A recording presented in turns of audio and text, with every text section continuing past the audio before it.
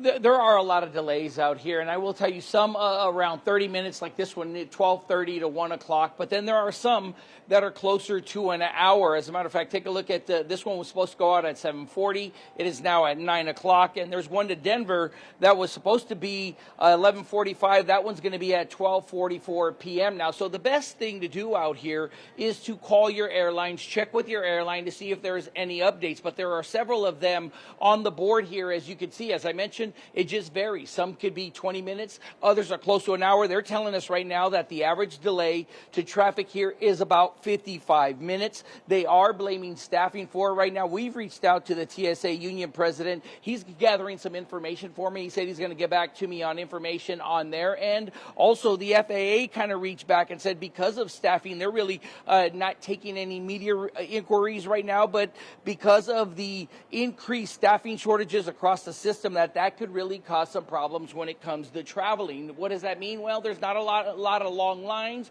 but there's possibly a lot of people waiting over in their terminal waiting for their flight. As I mentioned, with those delays, that then has a trickle-down effect. So if we're looking at 55-minute delays now, what does that mean for later on today? Could it increase or could it get better if they then get back to full staffing? That's only time's going to tell on how that's going to happen. So for now, the best thing to do, and you do this anyways when you come to the airport, is check with your airlines. That's the best thing. Make sure your flight is either on time, or if it's delayed, they've probably already sent you a notification. The best thing is to have that app of your airline on your phone. That way you get the latest updates when it comes to that. As you see right now, not a lot of long lines, but that doesn't mean they're not waiting at the terminal. And as soon as we get a little more information about staffing and how they're dealing with it here at Sky Harbor, I'll be sure to pass that along.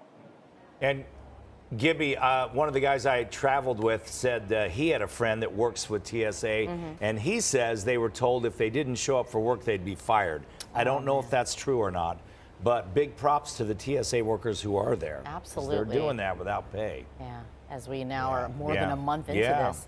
Gib, thank you. We'll check in with you throughout the morning.